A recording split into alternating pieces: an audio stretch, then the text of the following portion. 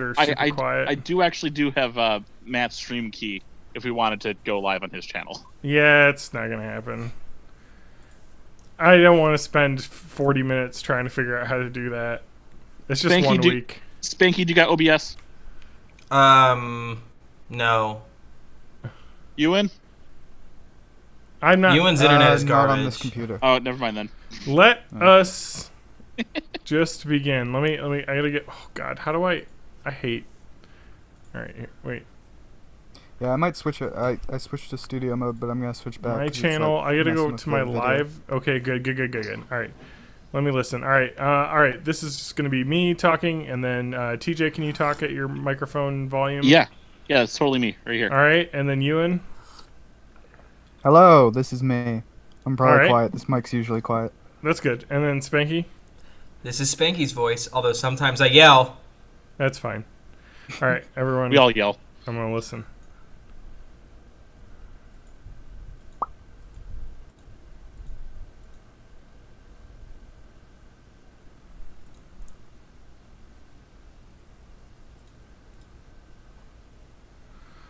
Okay, I think we sound good.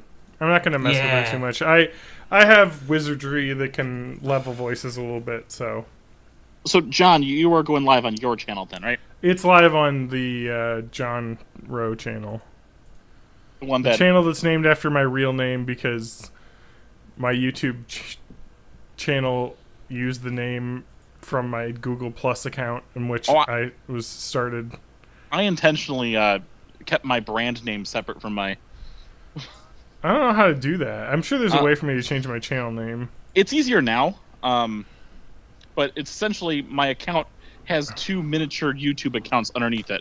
Okay. One that's still under May of May, and one that's my real name under my Gmail account. They're both under the same Gmail account, though. Do you want to know how long ago it was that we recorded on this channel, TJ? It was, hang on. It's been 20 months. A long time. 256 was the last episode on this one. We're on 321. So 321. Okay. It's been a while. Why is my Final Fantasy video private? What the? I watched it though. I thought. So, maybe it's private because it used copyrighted music or something. Possibly. Let me turn off some lights in here, and I'll be right back. Okay. Yeah, we're gonna get started after that. Well, actually, I don't know what we're gonna talk about. So, what do you guys want to talk about? I've got stuff I can talk about. All right, let's just we're gonna freewheel it.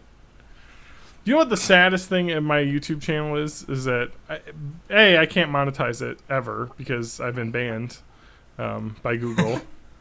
So because I had a website that I created in 2007. Yeah, I think you've told us that story. Yeah, on the podcast. The band just carried over. Yes, and Adam, my co-host at the time, clicked a bunch of ads on the page and triggered their auto fraud detector, and so now I can never use Google Ads, and there's no way for me to go back to it. You've tried appealing years ago. Multiple times. They actually just immediately send it back as denied now, so there's no point. But I'm missing out on that sweet revenue because I have a Menards ad from December 2002 that I uploaded because I was going through old VHS tapes that my parents were going to throw out and finding old weird stuff on there because apparently they recorded the Today Show every day for some reason. Oh my god. Yeah, I know. But anyway, seeing the Today Show circa 2002 was quite interesting. But the ads were fun, and there was a Menards ad that has 3,222 views. That's not bad. I don't know what the SEO is on Menards, but this episode is named Byte 321 Menards December ad, just to let's get eyeballs on this. It's just ridiculous. Anyway, everything else is 4 views. So, anyway, John says you're live. Awesome. Yeah, we're live, and so I can go in. I need to mute my computer. I need to. TJ, you're spending way too much time. No, I'm just gonna copy the link so anyone can share that. Spanky or Ewan want to share it somewhere. The only friend I have is Ewan. Okay.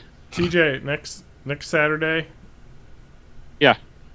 I'm gonna see if I can take off some time from work next week.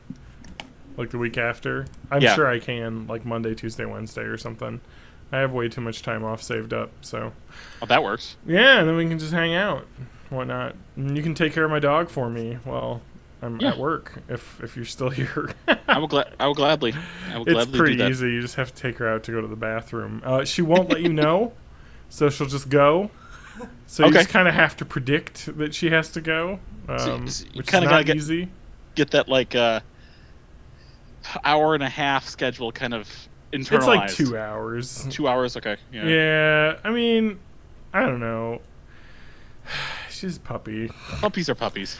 I love me some doggos. Before we start the official podcast, this will be on the after episode end credits talking part. Today I was editing the podcast and I'm playing Minecraft again because I just can't stop myself. And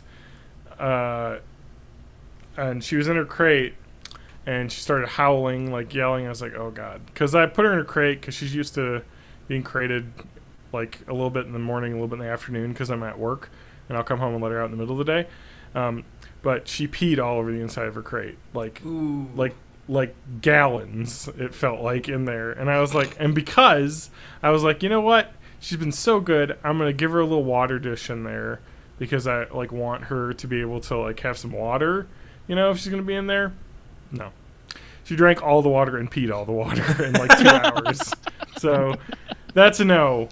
She gets to drink in between crate times now until she can learn to hold it better. So I felt bad too because I mean it was. Is that the drinking noise? I feel so. She was covered in pee, and I had to shower. I had to wash her. It was a nightmare, and I was like, "This is what you get. This is what you get. You should have yelled that you need to go to the bathroom, but she just will be silent and just go." Anyway, so we're working on that. I think we're ready to start. So this is 321, and I will introduce the hosts in the order of TJ, Ewan, and then Spanky, in the order you joined, except for TJ, but he's the official co-host. So, all right. Welcome to Born in the 80s, episode 321. I'm your host, as always, John Dangereux, joined by my co-host, TJ May, and special guest co-hosts. This is me and Spanky. Yeah. You know, I could have practiced. We could have gone over that more. I'm sure you were expecting me to say your names, but it's Ewan and Spanky from the podcast While Away, which I've been listening to. Hello. So I caught up. Oh yeah. To that, I listened to the first 2 episodes, and then I had not, and then I was like, I'm playing Minecraft again because I hate myself. So let's spend 2 hours installing Minecraft for Java, and then downloading patches for mods, and then finding texture packs for all that. It was a long time, but it's running now. But while I was doing that, I was listening to While Away, and I don't want to like cast aspersions on your podcast, but the full-throated defense of Looney Tunes back in action was a bit much for me. I'm not there yet, but I do want to. I was excited for that segment.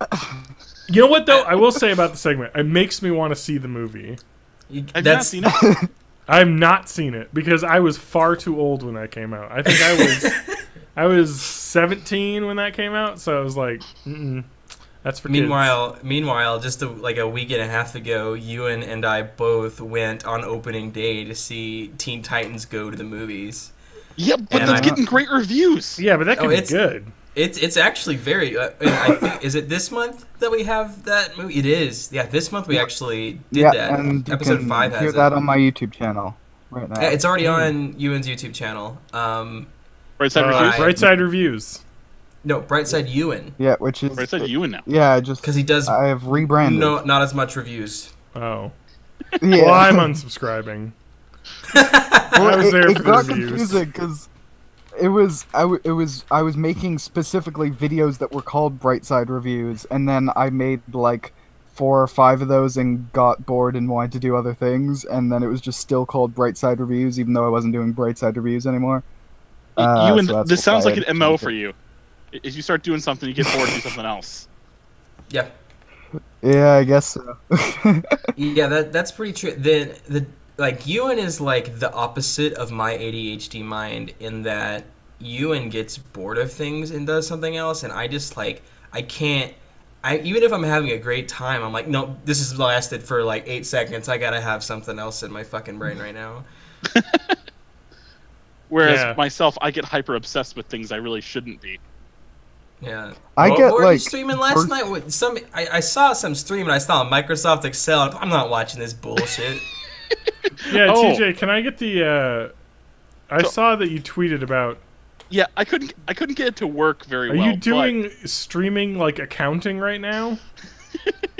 You got the market cornered on that, though. I don't think anyone else is doing that on Twitch. Yeah, exactly. That is not what I was doing. Okay. I essentially, when I'm bored or when I'm trying to do weird things, I can't program, but I'm really good at Excel, or in this case, Google Sheets. You're a freak in the Google Sheets. I'm a freak in the Google Sheets. I got it. I got it. So, one of the things I did, mostly because I'm getting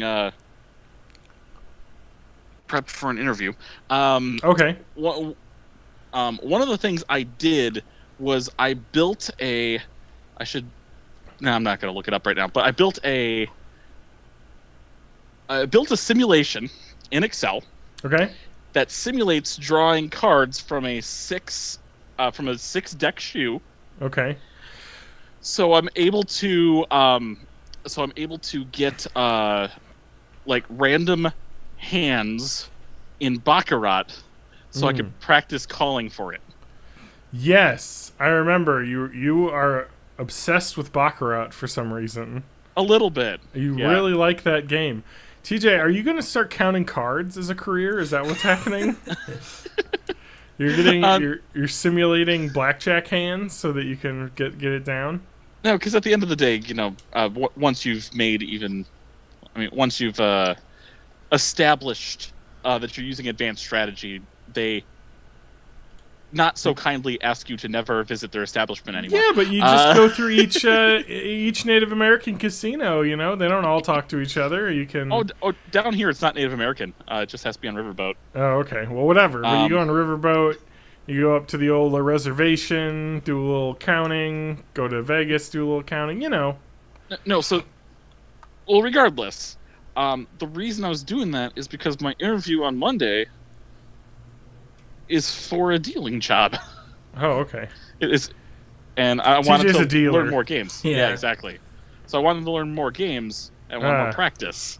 And I built in Excel not just the program that built the random hands, but also is able to take those hands, You've invented a new way to gamble.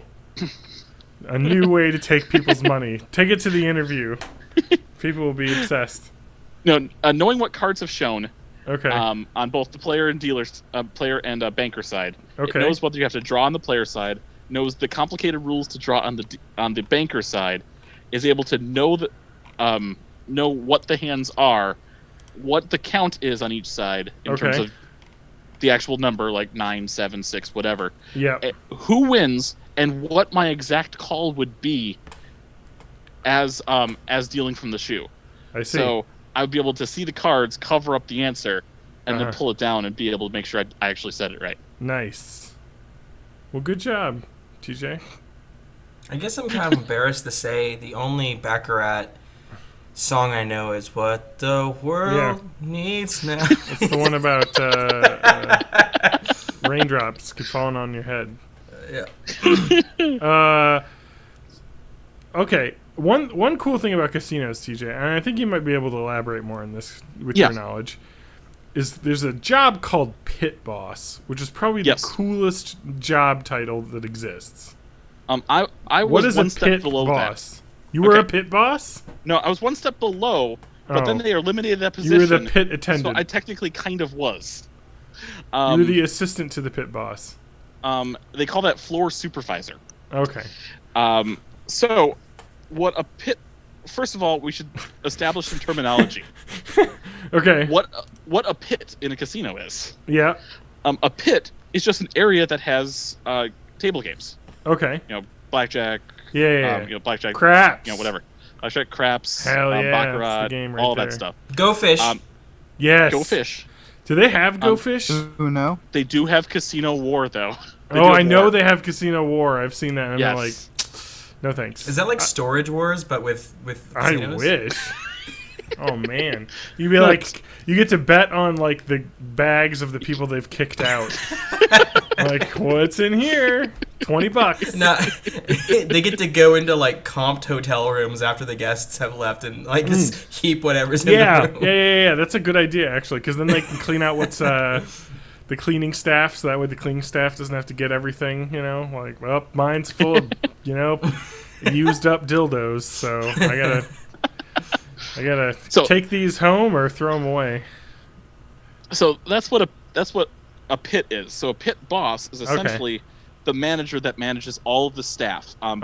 Both the floor supervisors, who are directly overseeing multiple games, and the dealers, who are actually running the games.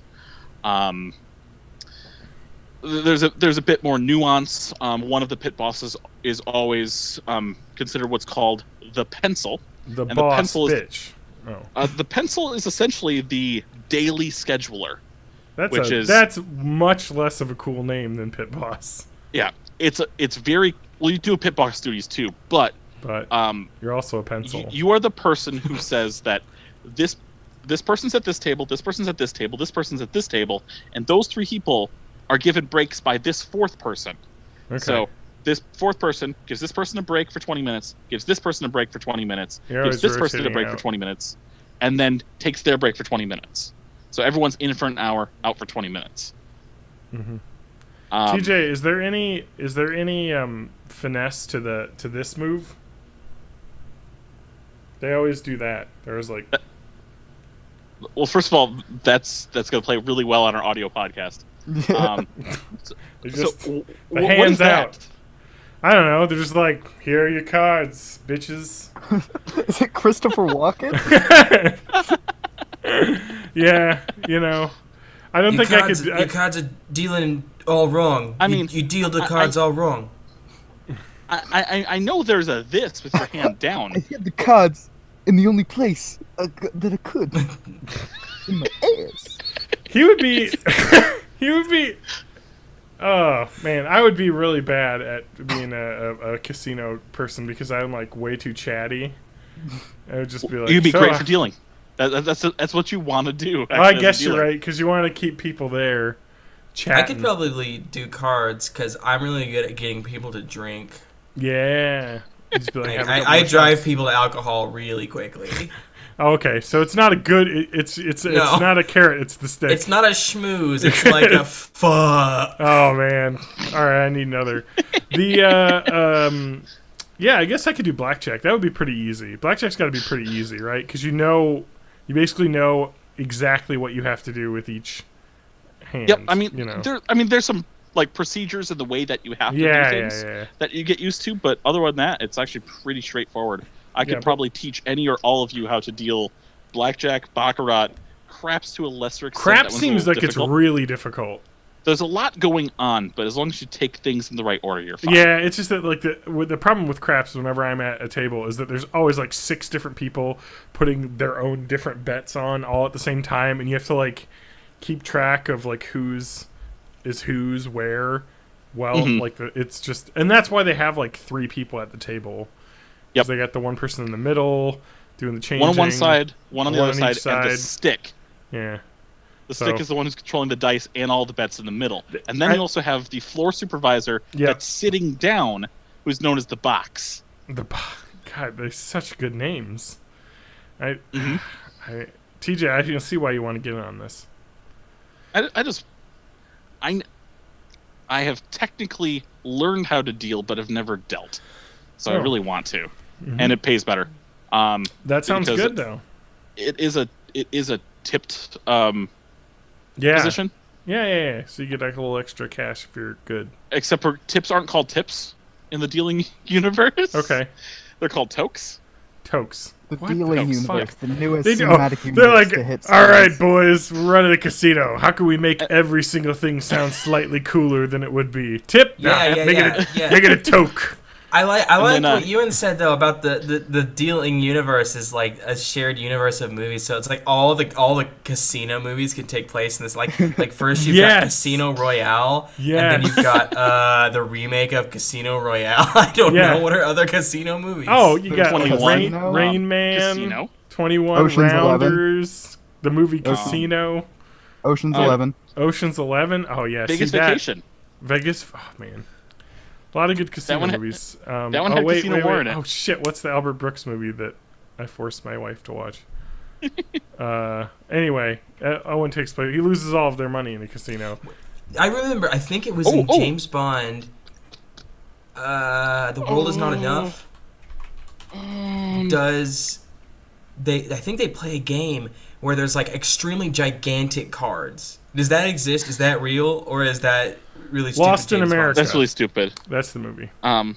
It's an incredible movie, and Gary Marshall's amazing in it. There's also the Twilight Zone episode where I'm trying to remember what exactly happens in it. Indecent Proposal. Okay. Indecent Proposal is also another movie in the casino. I thought you were going to say that was the name of the game with the big cards. Oh, yeah. No. I would love to play a game with the big cards. Yeah, I feel like it's just more fun. I win. It had to have been. That's Casino War. But I remember like the casino scene in this is a Pierce Brosnan James Bond movie. It didn't last very long. He just like walked up to a table, and I felt like there was these really big cards. You know what? I might be remembering that they were just chips. Like what I'm thinking your cards were actually just like the $10,000 or whatever chip because it's gigantic. When you get a toke, is it chips usually? Are you not allowed to take cash as a toke? Well, we put it in. You put it into the toke box, and gotta have a name for everything. If someone gives you cash, you have to change it to checks, and chips are called checks in the of course universe. Yes, let's needlessly complicate this some more. A check's the French spelling, so CHEQUE. Got it. So yeah, you'd put the chips into the tip box, and then the tips are split evenly amongst all the dealers, whether it's on a per weekly or per daily and basis. they call cash green papers. And no. Okay. But the place where the cash goes, when you change it at a table. Okay. I don't remember. Actually, I don't remember what the box itself is called. Okay. But the Stacker McDacker box. Yeah. But when the box gets taken at the end of the night, that's actually called soft count. Is there a hard count? Yes. Hell yeah. Hard count is slot machines. Hard count. It was kicked out of Sesame Street. He was too rough. Soft count is called soft count because bills are soft, and hard count because the slot machines used to be actual coinage. So hard money. Soft money. Slot machines used to have coins in them. That was the coolest shit.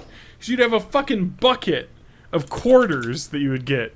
And now it's all just you slide a card in, you pull a thing, and it's like you put money in or whatever. Oh yeah, you put one like a $20 bill in, and you get a little ticket saying you got $20, and you have to go cash it out. Yep. Man, when you just be able to like do the fucking like kid thing where you have your like shirt like with like a whole thing full of coins here, so I can walk up and be like, boom, cash me outside. How about that? I mean, that's still how pachinko works. Yeah, pachinko's. I know in Japan pachinko's huge, and that's it's because it's not gambling because you turn the tokens in at a different establishment. You could do the pachinko things for prizes. Yes, and then you can, if you want, replace That's it. Yes, you win prizes, so it's like an arcade game where you just get prizes, and then you go to this place next door, and they'll give you a cash equivalent for every prize. So it's basically, that sounds awesome. Man. I was watching a movie called A Penguin's Memories, which, if you haven't seen it, it's an anime movie about penguins who are in the Vietnam War. Okay. Which, if that's not enough to sell you on it, I don't know what to tell you. but it's like a PTSD story, but it's an anime penguin. What is from 1985? Yeah, I watched it. What is this? But there's a scene where he's all depressed the whole time because his friends were killed in Vietnam, and there's a scene where the Delta War. He's in a casino and he's playing on a slot machine, and there's a point where he pulls it and then he wins, and it's just a whole pile of coins builds up at his feet, and he looks down at it with a neutral expression, and then he just walks away and leaves it. And that's one of the coolest slot machine scenes in the movie, and it's in the Penguins Vietnam War movie. Go watch that. Wow. Thank you for bringing this to my attention. Looking at some of the images, I see some penguins in a very Vietnam-style combat fatigues. And they're all American, too. It's like the Japanese interpretation of what Americans act like, which is always fun to watch. Always good. I've seen G Gundam. Oh my god. Oh, this is the episode image right here. Oh my god, he's got like a flamethrower. What is going on? Should the rest of this episode be a commentary track for a Penguin's memories? Oh man, I feel like someone needs to do that at some point, but that'll be a Patreon exclusive. We'll do it on Rabbit. Well, you know the sequel, Club Penguin. Mm-hmm. I prefer much more. Oh, Ewan is like super into Club Penguin. It's not around anymore, right? No, it's Club Penguin 2 now. Yeah, right? It's Club Penguin Island, and then they took down the original. But there are like I like Penn Island. Type that one in. But there are legacy servers where you can play the old Club Penguin. Oh shit, that's awesome. Like fucking classic Club Penguin style. Damn it, TJ, that spells penis land. Oh, I didn't say that. But I'll take it. Club Penguin. It wasn't Club Penguin like the thing where TJ. I think you talked about this in a previous episode. People were trying to speed run it to see how quickly you can get banned. How fast you can get banned? Yeah. Yeah. Even when I was a kid, getting banned was a whole thing. They never fixed the grammatical error in the ban message, which was it would tell you like you've been banned for 24 hours, you've been banned for 48 hours with repeat offenses. But when you got banned forever, it said you were banned until forever. Nice. That sounds harsh, but I mean, I guess if you're making programming like grammatically correct is stupid. Yeah. Yeah. Oh, I did that in Excel. 2005, so I was 5 years old. So don't. I have an excuse. Fucking guys, Zennial. Yeah, you guys playing your guys as Neopets. That was me. I was all into Neopets. I was into Neopets too at one point. Here's the problem with Neopets. There's only one. There's only one. It's still going. No, the problem with Neopets is that I can't figure out how to log in to my old account anymore. It's not the same password as your Webkins account? Ah, fuck. No, the problem is that you had to pick a username, and my username was like I tried to do like something with my name, but like since this Neopets, there's like 800,000 accounts and they never delete them. Like it was like, oh, you got to do, because I think I wanted to make mine like JTR because that was like my name, like my initials, and then like some numbers. And, like, they wouldn't let me do that. And they're like, well, try not JBR, like, 75 to 1112. Like, it's like a huge string. I'm like, I'm never going to remember this. And so, I don't know. I just want to get back in because, I mean, I had some fucking sick loot on here. My username. I don't know my username. Oh, fuck. All right. I didn't do Neopets, but I did attempt to start Habbo Hotel. Yeah? No one remembers Habbo Hotel. No. I've heard of it, but I never played it. Now, what was another? Oh, RuneScape just closed down. The classic RuneScape, and that was another one of the free games. They closed down the whole company? No. I know they closed down the So RuneScape kind of did like a thing where they made like an upgrade to like a 3D, like kind of like in browser like 3D game client. And they went away from the old like Flash 2D version, and that's so that was played. Yeah, exactly. And so that one was still running, and then they just shut those servers off. And now they have the new one, and they want everyone to go over to that one. And it's like 2 different games, basically. And so people were, like, pissed. So I had a roommate, like, a few years ago who played what he called old school RuneScape, and it was the, like, Java 3D one where, like, it was in 3D, but it was, like, really, really, really low quality. And I think it came out in, like... I think I've seen clips of that one. 2003. I'm following at least 2 streamers who have, in the past week, have been streaming old school RuneScape. So all right, boys. Asking is if it's the really like the old school one that the one that shut down is the really original one. Okay, yeah, that's the one that I played because I remembered the what was back then in like 2003 or whatever, the new one, and I played it for a while and the music was better, but I didn't really get into it then. Wow, I have my Neopets. So this is, and I'm not going to show the name or anything, but this is from my parents' house. Like, they gave me a whole bunch of old shit, and this is, like, all of my old passwords to, like, all the dumb websites I went to. I needed passwords, and I have Angel Fire here, password.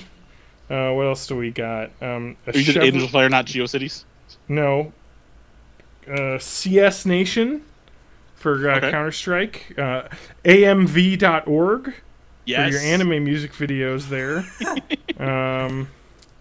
Oh, this is so good. Audio Galaxy. Cut my life in 2 pieces. God damn.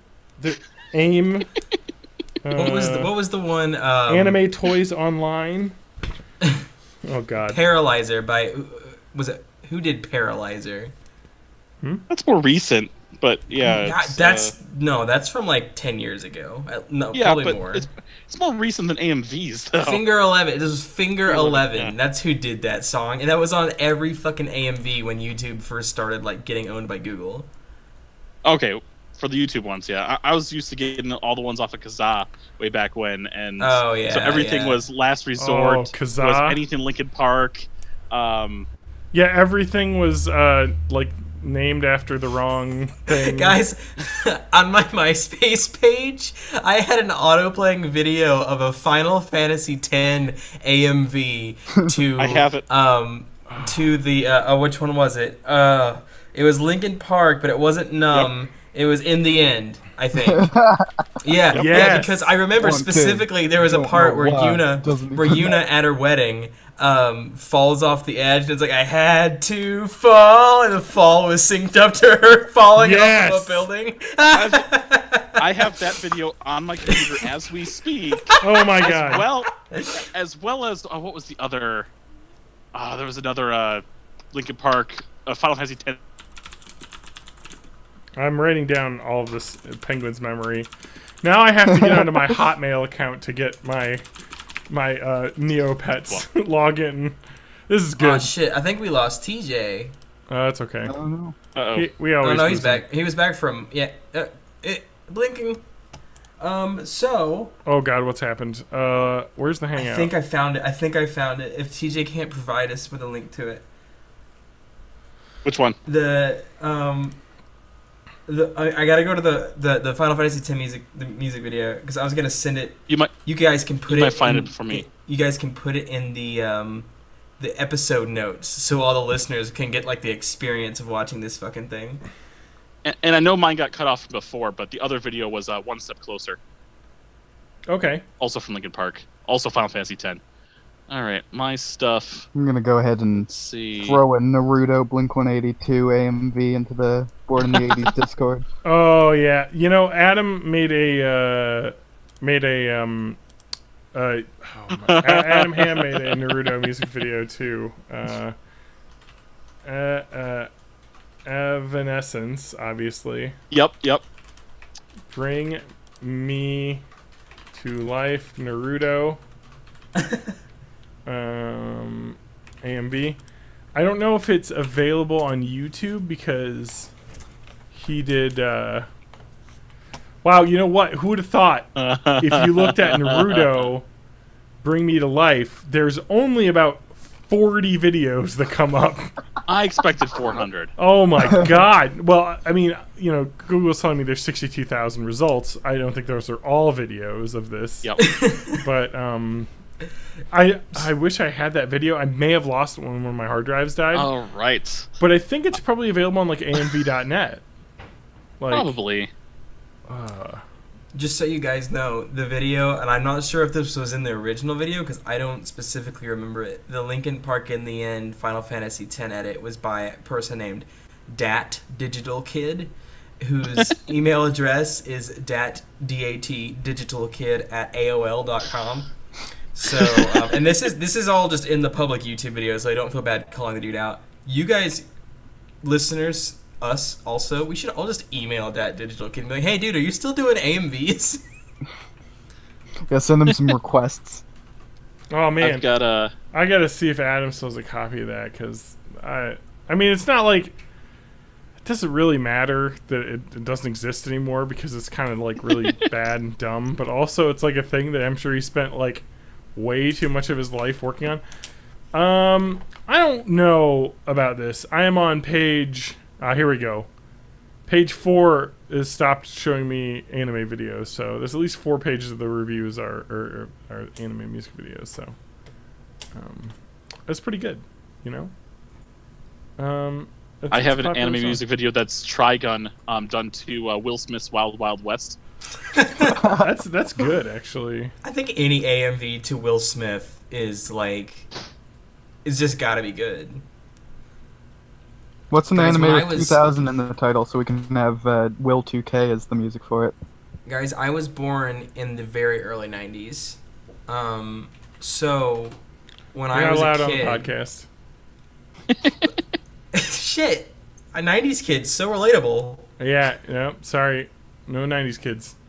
So I was born in 1982. One of my first cassettes that I had, that I like memorized as a little tyke, was the Will Smith rap album containing the song Welcome to Miami. And I'm pretty sure that for the rest of my adult life that song will be in my head, because it's so catchy. And I've never even been to Miami. I've been to Orlando, and it's like, well, I can kind of act like that. I haven't. It's not the same. There's no beach in Orlando. There's just like Universal Studios. Yeah. I saw a naked meth dealer, but I mean, I see that at home, so it wasn't really an issue on the vacation. Yeah. Oh my god. I'm never gonna get this password. Oh. It's gonna be a Neopets Let's Play if you do. I just wish I could get in there. I don't know what it is. I don't even know what email address is associated with my Neopets account. It must be my Gmail. I must have switched it over, because if I search in my email Neopets, Holy it crap. says that I did a password change in 2013 at some point. But I did the send me an email to reset, and it hasn't shown up yet. But isn't that always weird when you do that with like websites where it's like, hey, send me a password reset, and it takes like 40 minutes for them to email you, and you're like, what the fuck is going on? Like, is this didn't run up the flagpole, and then they finally send it out? Like, you think it would be automatic, but I don't know. I'm not going to worry about it anymore, because we got a podcast to record, and I will be doing my Neopets Twitch stream later in the week, once I get that set up, so you can see my store. Visit my Neopets store. 5-part retrospective video essays. Yeah, I have a classic paintbrush available for, I don't even remember what the currency is called, Neobucks or whatever the fuck. It's been too long.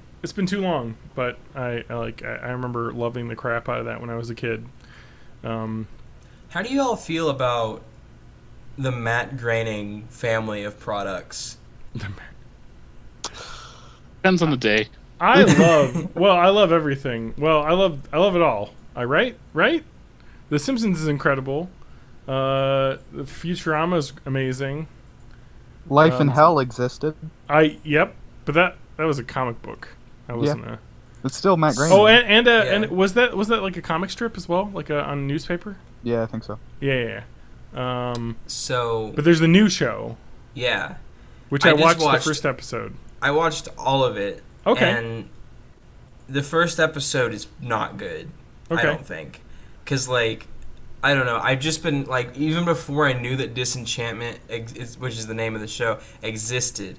I was rewatching Futurama because I do that every like year or two, and that like I've never really cared about The Simpsons, because like I've tried to get him to care. Yeah, he's tried, but it's like, so when I was a kid, The Simpsons was good, but like but there were also like cartoons for kids that were good in like the late 90s. So like I was still into those, and by the time Simpsons was like could appeal to me, it was like 2003 when it was the worst Simpsons for 10 years in a row. It started getting bad around. But also that was when Futurama was happening, and it was good. So I just got really attached to Futurama. I just never gave a shit about the Simpsons. Yeah. So the first episode, which John's seen, have you seen any of Disenchantment, TJ? No. And I've seen like 5 minutes, 10 minutes of it. It's like it looks like Futurama way more than it does The Simpsons. Yeah. Oh yeah. Oh yeah. It's very yellow. Yeah, it's very Futurama art style. Yeah. And the first episode feels like it's just a not as good Futurama, because you've got Elfo, which is the analog to Fry's character in Futurama. Yeah. Yep. He's going from instead of the year 2000 to 3000. He's going from the elf world to the dreamland world, the place where the humans live. And that felt way too analogous, but I didn't, I care about Fry because I live in the world that he came from. I don't give a shit about Elfo, because I've never been to the fucking elf forest. But you haven't, basically... I liked a lot of the elf name gags were pretty good. Yeah. That was a very Simpsons thing. No one's ever left except for Levo. Yeah, and I guess Returno, but he never even came back. He never came back.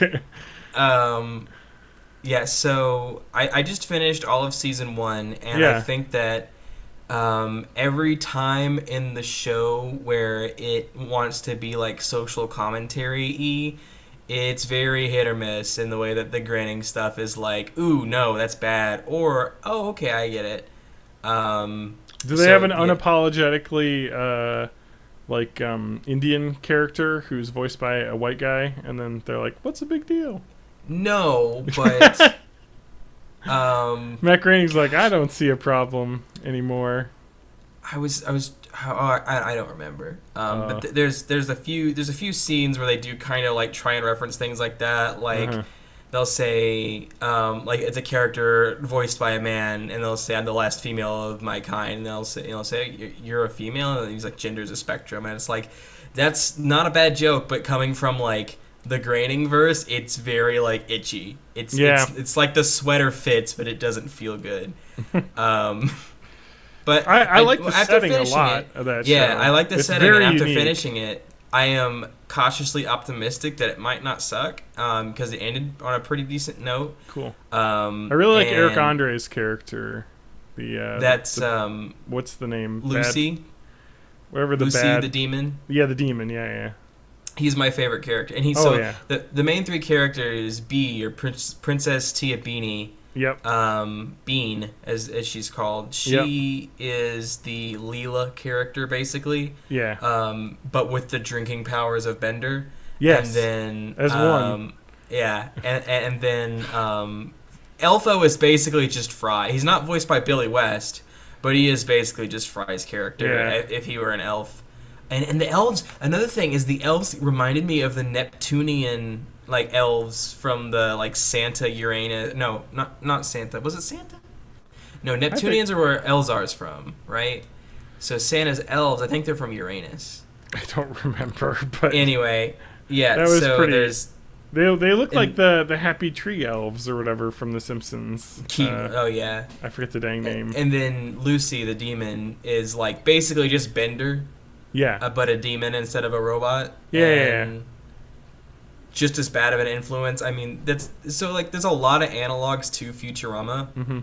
Well, I mean, it's the creator of Futurama, right? Or one of them, Josh Weinstein. Yeah. Well, it's Josh Weinstein and Matt Groening, and it's even produced by David Cohen, who produced. Okay. So it's like all the Futurama people are a part of this new thing, and it's like, I just kind of wish they would have like developed their own thing and ran with it more. It felt like they were leaning way too into like, hey, this is like Simpsons and also Futurama jokes, guys. But by the end, it felt like, oh, there's a lot of funny stuff in this universe that could like only be done in here because like, you know, they do jokes about the plague and stuff like that, things that don't exactly make sense in the year 3000 or in modern day. And yeah. I don't know, I think that's pretty good. John DiMaggio's character is actually like kind of grating at first, but I grew to really like him. Yeah, I actually really liked him in the first episode even because he's just stupid. I don't know. Yeah, he's got lower points, but I'd say the last like 4 or 5 episodes are kind of redeeming for him. Okay. I really enjoyed it. I mean, I'm definitely going to watch it. How many episodes is the first season? There are 10 episodes in the first season. And I'm not positive, but I don't think this will be a yearly thing. I think it's probably going to be like every 6 months you get 10 more episodes thing. Yeah. Mostly because of the amount of shit that the Groening group of family of products can just churn out. Yeah. They can, churn out 20 whatever episodes of Simpsons. Yeah. An hour. So I'm expecting that it'll be on a quicker release cycle. I was super excited. I don't know if he's going to stick around, but Matt Berry as being the prince, at least the second prince, I'll say, not to spoil anything. It happens immediately. But I can confirm he stays around. Okay. There's more appearances by him. He's a guest star on a few episodes. Matt Berry is one of my favorite comedic actors. So I love his voice. I don't know if you've ever seen. Oh fuck! What show did he do? He's in IT Toast Crowd. of London. He's in IT Crowd in the last 3 seasons. Yeah, his introduction in IT Crowd is the funniest thing in that show, I think, at all. Yeah. I love Matt Berry. I'm trying to think of he did a show. What the fuck was that called? It was Snuffbox. That was it. I believe with Rich Fulcher. It was just it was 1 season, 6 episodes, I guess. It was just a sketch show. It's got some really funny sketches that stick with me. But yeah. Anyway, I'm glad he's in it. He's got such a great voice to have him in that. He's in that last season of Community as well. That weird. Or no, he's in the Chevy 5th Chase season. is dead season. No, he's in the 5th season, right? Anyway, that show. I watched that last season, and it was impossible to get to because it was on Yahoo Screen, but I think it's on whatever service now. It turned it around in the end, and that last season was good. But yeah, that 5th season or whatever is whoa, boy, without Dan Harmon, it's not a show anymore. Oh man, I like that they call that they'll refer it to as the gas leak that happened last year. But anyway, I just mentioned that because I know Nat Faxon, who does the voice of Elfo, was involved, at least directing some episodes of that show at the end. So, because he's friends with Jim Rash, he's an Academy Award winner. Jim Rash and Nat Faxon, because they wrote the movie. Oh shit! All right, I'm on his Wikipedia, so I'll find the movie that they wrote. Academy Award. It's crazy, isn't it crazy that the dean from Community is an Academy Award-winning writer because he won the Academy Award for the one who did the rap in the peanut costume. The Descendants, which is the Alexander Payne movie, The Descendants. Incredible movie. But anyway, yeah. Not Descendants, the Disney Channel movie about the descendants of all the Disney characters. No, the 2011 American drama film, which stars George Clooney and Shailene Woodley. Anyway, it's a great movie. If you wanted to visit Hawaii and you needed a reason, watch The Descendants because it'll make you want to go there because it's just the most gorgeous place in the world. And I'm sure that's why he wrote the movie there because they were like, hey, let's write a movie in Hawaii so we can all shoot in Hawaii for 3 months. Yeah, I would do that. Anyway, so By the way, I was on the Disenchantment Wikipedia page, and it seems like I was right about my release schedule prediction. Netflix ordered 20 episodes for like season 1, basically, and they're all being produced at the same time. So I would probably reckon to bet that it will be out before this time next year. The remaining 10 episodes in the first order. How do you guys feel about the way that Netflix put shows out, where they just dump them, throw them all the episodes out? I like them, but I will say that I miss, as someone who like taped episodes of Buffy the Vampire Slayer and shit, so that I could not miss an episode. Like, there's something I do miss about, like, you know, it's whatever o'clock. Now is the time that I enjoy watching this show, and it also felt like I remembered the shows better because they happened over a longer period of time and stayed in my brain for more than the weekend it took me to binge this season. Yeah. I think the way I remember it is that the shows that I enjoyed looking forward to a new episode by the next week were shows that would have like 30 episode seasons, whereas when it's something with 10 episodes in a season, I think it's like better adjusted for binging rather than waiting for. Yeah, that makes sense too. When you have like a storyline that takes place over 10 episodes and then is done basically, and then, or like wrapped up until the next season. So it's kind of like, you know, why wait an entire like season of the Earth moving around the sun to see all this when you could just get the complete story in a weekend or so. I really prefer the weekly in terms of watching, at least with the shows I like to watch. I know that the new show from Matthew Weiner, the Romanovs, which is his new show after Mad Men, it's going to be on Amazon, and he specifically would only agree to put the show up if they were allowed him to put an episode out a week rather than dropping them all at once, because he wanted to do the weekly schedule. So I will say it is better for spoilers too.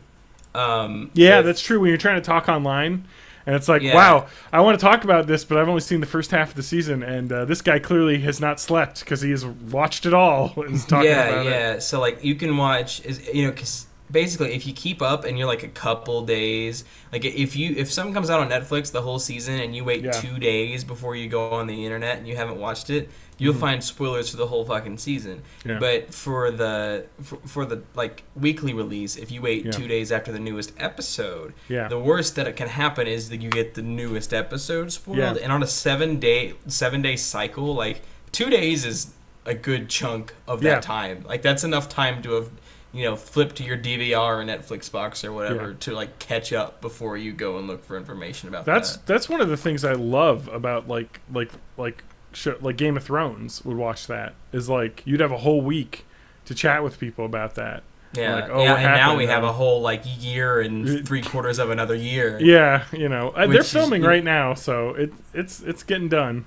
Yeah, but I mean, it's like because I think last year around this time was when was when it wrapped up, right? I'm pretty sure that it was 2017 August when last season wrapped up, and like immediately they're like, "There's not going to be a season in 2018." Yeah, and I'm just like, wait. "Fuck!" It's so long. Yeah, especially because it's the end.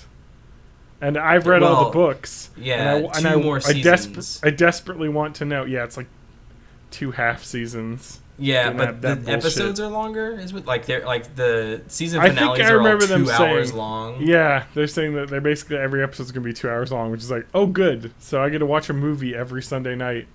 Yeah, it's starting at 9 p.m. So awesome. Whatever, I'll get through it. I've been watching the first season of it just wrapped up, but Cloak and Dagger. It's on ABC Family that renamed to Freeform channel. Yeah. And it's actually got the lady with the boob window. Yeah. That's all I know about Cloak and Dagger. It's actually really good.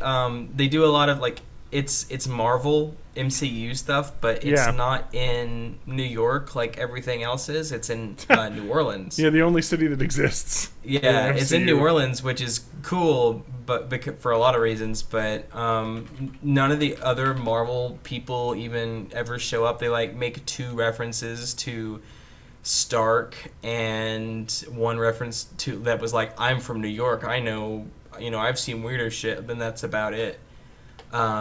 So it's like not about superheroes really, even though they are superheroes. They're like, it's more like a mystery drama teen kind of movie, where one of the characters can create daggers with her hands and the other one can like fucking teleport, and then they both have the power to, so one of them can see people's hopes and the other one can see their fears when they touch them, and they can like, if they both touch them at the same time, go into their head and like fuck with shit and steal their So they're thoughts. each have one half of the dead zone.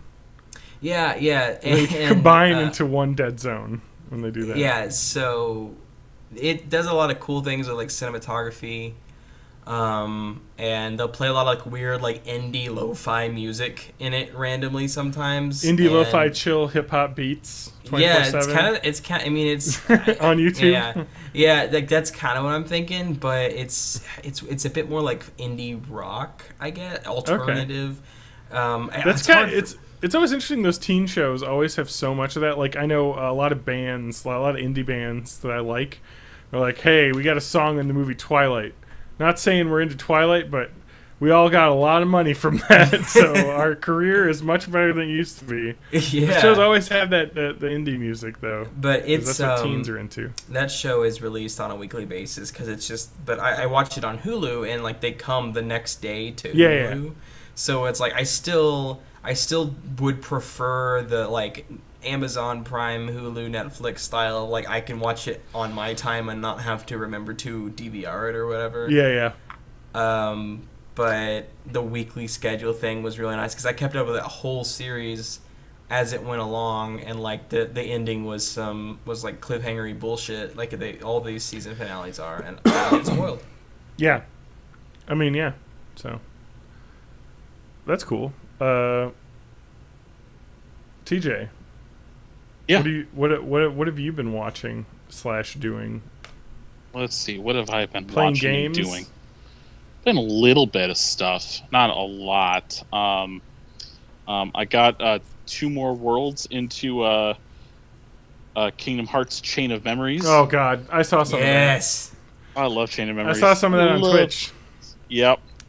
So it's a card game, but also a fighting game. It's an action RPG where all of your actions, all of your worlds, all of the rooms you go into are built using cards. This was original. I recently replayed all of the Kingdom Hearts, and the only time I've ever beaten Chain of Memories was on the GBA. I never played. I had the PS2 one since launch, but I was like, I've already played this on GBA, and it's a 3D version, but it's still roughly the same mechanic and game. But during my recent replay, before Kingdom Hearts 3 comes out, hopefully in the beginning of next year. I love how that was delayed, and I was just like, yeah, of course. Throw another 6 months on that one. We've waited how long since 13 years since the last numbered release. Yeah. It's no one is giving a shit about waiting. We can do it. But so I played Chain of Memories, and the thing about Chain of Memories is when you start the game, you fucking blow at it. And then about the time you get to the last, 2 worlds, you know how to fucking, break everything and use this, the specific room cards to just grind and get the best shit. So, it's almost like the beginning and middle of the game is extremely hard, but then, even when I got to the final boss, I was so fucking overpowered because I knew how to game the system. It was wonderful. So, for simplicity's sake, card mechanics are enemies use cards, you use cards. They're all numbers from 0 to 9. You have to play a card higher than the enemy in order to break their attack, but they can break your attack if they have a higher number card. But a tip is called a check. What's that? A tip is called a check. You can't forget that. Yep, it's called a... Tip is a toke. Tip is a toke. Tip is a toke. You get a check. That's a toke. No, a toke is a beanie in America. It's called a toonie. Actually, it's worth 2. It's called a Looney Toonie back in action. Oh my God! Yes. cards are called flanks. Piper Perabo is the name you couldn't remember. Peter Piper picked a peck of pickled peppers. The lady. It was Kate McKinnon is who I was thinking of. Oh, because I know it's Piper Perabo. It's one of the Piper Perabo chronology is that movie.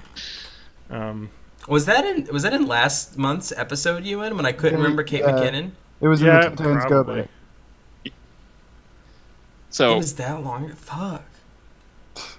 So zeros beat everything. Everything beats zeros. So when you fight bosses, easiest way to fight a boss, just have a deck that's loaded with 9s and 0s. 9s to beat the regular attacks, 0s to beat their combo attacks that can go bigger than 9. Because you could do combo attacks, but I don't want to waste cards, so just 0s. You're good.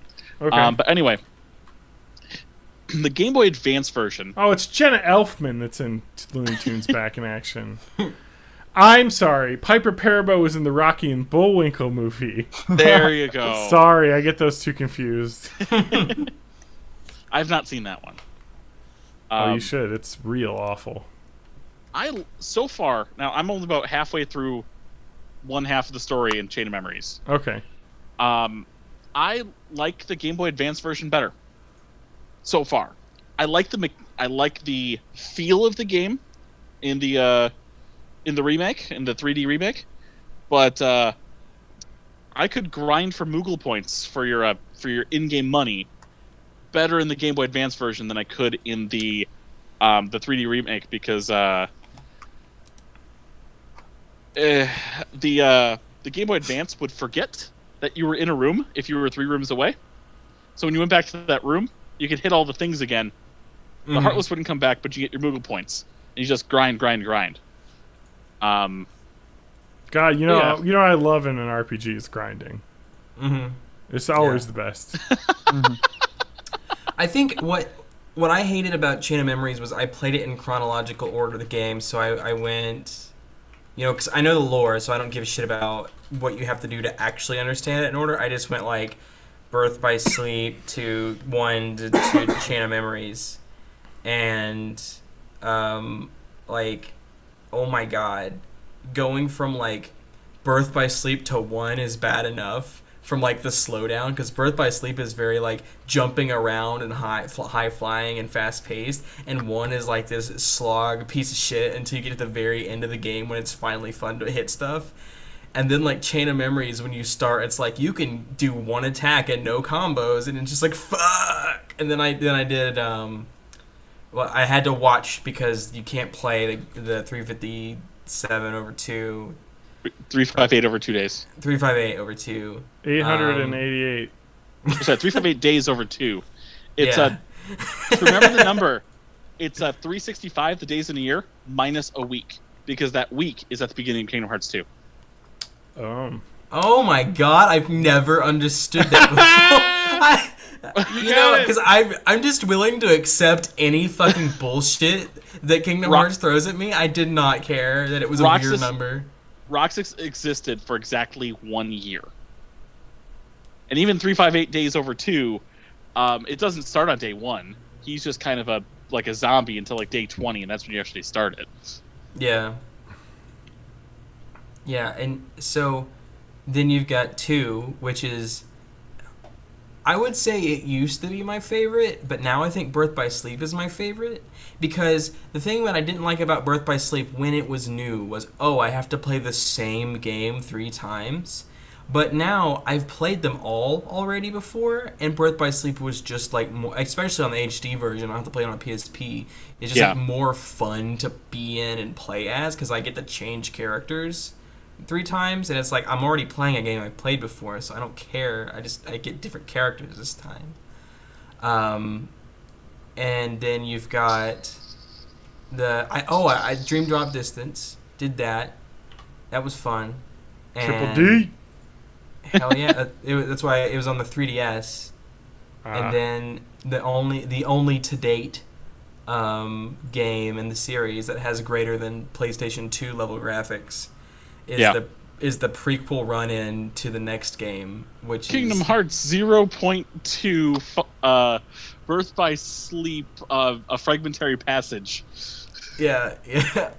And I think there might be more to the title because it's only available in the HD in 2.8. It's the only place where that game is.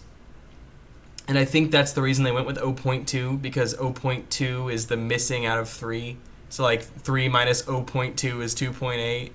Yes. I was just checking as you were talking about that in the ProZD video about Goofy's death. It's hold on, I had it just here. Wait, Goofy dies? Kingdom Hearts Coded Sleep, Dream Drop HD, Chain of Memories, Days 358, Final Mix 2, Remix, Dream Drop Distance. Yeah, that sounds about right. Yep. No, but my favorite Kingdom Hearts game. I mentioned this on one of the episodes a while away. It was the one where we talked about E3 this year, but whenever they released the trailer for Kingdom Hearts 3 that showed Aqua with the golden eyes, ProZD made a video that was like, Aqua got Norded! Aqua got Norded! And Ewan like texted me immediately like, what does Aqua got Norded mean? I'm like, holy fuck, because I hadn't seen it yet. I hadn't seen it, and I'm like, no way, Aqua got Norded? No! So then I had to go watch the video, and after I did that, I immediately texted him, I'm like, dude, Aqua got Norded! Yeah, it was like, for a second you didn't know what I meant. You were like, it could mean, and then you're watching and you're like, oh, Aqua got Norded! Because, no, what I said it could mean, I guessed it right. Because I was like, the only thing that could mean is that she got turned into one of the shards of Xehanort. And, yeah, that's what happened. And I was freaking out also at the time. So I had to respond with Aqua got Norded in a very realistic way, not the ProZD joke way. Good. Oh, someone gifted this to me about 3 months ago. So now I do... that's Birth by Sleep on the PSP. So now I do have the entire, every single U.S. retail release of Kingdom Hearts for every single system. Wow. Hell yeah. You win nothing. That's about my life.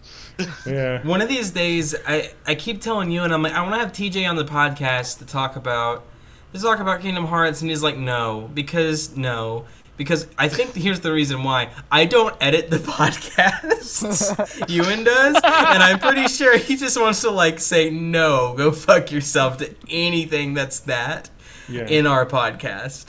I just think Crash Nitro Car on the Game Boy Advance is the only game you ever need. It's true. That's a great game. I had that to my immediate right. Well, I've got 1983 Commodore 64 bread bin model, fully restored. Go. No games for it. I've got a VIC-20 here too, though, but it's fucked up. I have a Melodica, so take that. Man, it's great that we're showing all of our cool shit. Oh yeah? What do you have? Do you have a Tiger R-Zone? Do you remember the Tiger R-Zone? Oh my god. Let me just don the Tiger R-Zone. The Tiger R-Zone AMV Melodica Linkin Park. Off. Oh. I'd have to dig it out, but I do have a hi everyone. This is the Tiger R-Zone podcast. Oh, what the heck is this thing? It's the Rock Band 3 MIDI Pro adapter for Wii that allows me to play pro keyboards, pro drums, and pro guitar on the Wii version of Rock Band 3. My wife's trying to talk to me. She's confused by the R-Zone. By the power of the R-Zone. So if you don't know what the R-Zone is, does anyone know what the R-Zone is? No. I have no idea what the R-Zone is. Okay, so you remember Tiger Electronics? Yes, they're the best. The little Tiger games? Mm-hmm. That is this. But you have a controller where you can put cartridge versions of the games in, and they're projected on this little screen, and then you play them like that. It's fucking nonsense. Dude, can you play it with a Power Glove? I wish. That would be cyberpunk as fuck. Oh my god. It would be. And I don't actually even know how to play this anymore, because I don't know where the batteries go. It looks like there's batteries that go into this. Let me go through my my collection. Batteries go directly into your forehead. Yeah, apply directly to the forehead. I looked up those commercials the other day because I was like, were they really just the same voice clip repeated 5 times in a row? They are. Yes, they were. It's just head on, apply directly to the forehead. Head on, apply directly to the forehead. Head on, apply directly to the forehead. And then it'll cut for a second. Walgreens. So I don't know. I don't know if I had more games than this, but I have apply directly where it hurts. I have Daytona USA. Yes. For the R Zone, and I also have VR Troopers. What? Which was a rip-off from reboot of what? No. It was like it was one of the Saban shows, like Power Rangers. But I just actually realized that there was another game in there, and of course the greatest version of Virtua Fighter 2. Yes. This was ours, and I forgot the cartridges don't go in here. I'm so sorry. This is a cartridge storage slot. So when you're not playing your games, you can store one game. So you can just go into public with two cartridges. Yeah, because the cartridge, of course, has, as you can see from this, has like a little overlay on it, and you can kind of see the little dudes outlined in there in the ink. But you slide that in here, into the top, oops, and then you get into the R Zone, and you play a game. God damn it. I don't know where the batteries go, though. It must go somewhere. This connects to this, and this is very heavy, so I've got to imagine batteries go in that. So, yeah, it's the stupidest thing that exists, and I got to imagine I'm playing around with this, like, joking this is worth, like, $700 or some nonsense, probably. Like, video games are worth way too much money. Like, some old shit... Get in the zone! R Zone! Yeah, R Zone. Let me check eBay. Yep. Nobody wants one of these though, because they were like, this is like beyond. R Zone with 2 games, $45. You know, lot of 2 R Zone systems with 4 games working, $80. Oh my god! There was the R Zone XPG Extreme Pocket Game where it was just this, but on a handheld version, so it's like pointless. It's only like 30. It's only like $40. The greatest thing I have is I think a Virtual Boy is still really expensive. I really hope my parents didn't throw it out, and it's somewhere, because I think those are worth a lot of money. Yeah, like $250 for a Virtual Boy. Damn. And I have one, and we got it for $20 or $30 because it was like a closeout. You know, like a Shopko bargain bin or something, right? Well, it was the KB Toys, and they were like, well... Oh, KB, yeah. Yeah, well, we got a lot of these, and nobody wants them, so... Somebody bought, at retail, a copy of Sega... Yeah. Yes. A Sega Game Gear version of Sonic the Hedgehog. Sonic the Hedgehog 2. But yeah. Which was the introduction of Miles Tails Prower. It was in the Game Gear version before it was in the Genesis version. Really? That's a thing I remember. I remember just learning. Guys, hold on. Can I talk to Can I talk directly to the podcast listener for just a second? The listener, yes. I'm right here. Listener, No, I did not pluralize it. Sorry, I've got to collect my R Zone games. I don't want to lose these. They're very precious.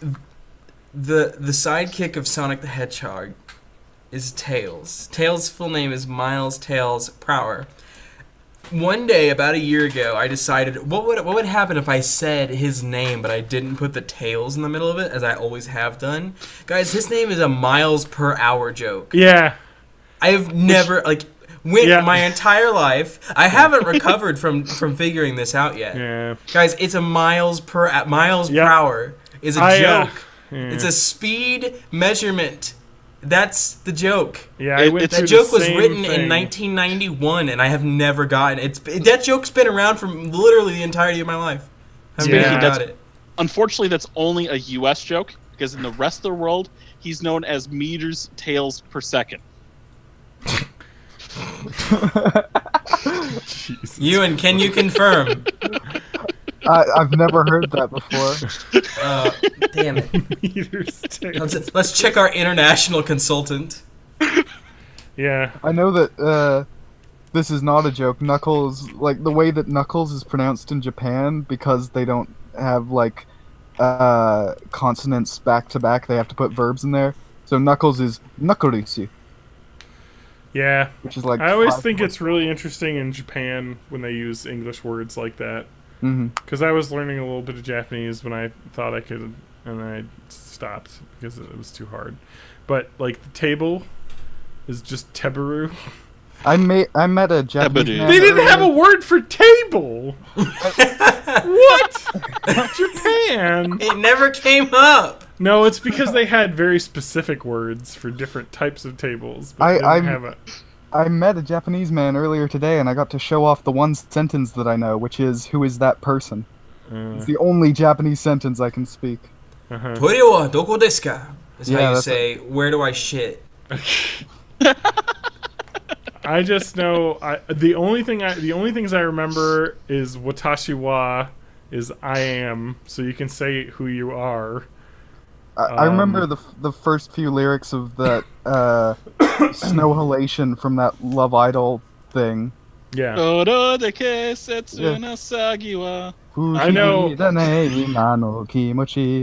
all the words from the Neon Genesis Evangelion opening song. I got that down. I know the words there. Ba ba ba ba ba ba ba ba. Those are the words. Oh man, iconic anime intro. I would just walk in the street. You can't watch that anywhere, by the way. I'm just saying this. Neon Genesis Evangelion. It's impossible. You can't stream it anywhere. It's not on any streaming service, and it probably never will be because it does involve a lot of nudity of 14-year-olds. So it's going to be hard to get past that, I think, in this Too day hot and for age. Twitch. We're not on Twitch. Nope. Yeah. I mean they are like weird clone bodies. It's a weird thing. Too hot for hangouts on air. Too hot for hangout on air. I can't show my my Rei Ayanami fan art that I have. I just have scrolls, very illicit scrolls, but they are off screen right now, so you can't see them. And if I showed you them, we'd be banned. So, you know. Yeah. Well, I mean, you're already banned from Google from like making money. Yeah, exactly. So. From making no money, like 10 cents, that I would have screwed people out of. But the Evangelion's weird because I have the box set DVDs. And I was like, let's look at this. Oh, my box set's worth $250 for some reason that I spent like $40 on, like in 1999 or whatever. Like, what the fuck, man?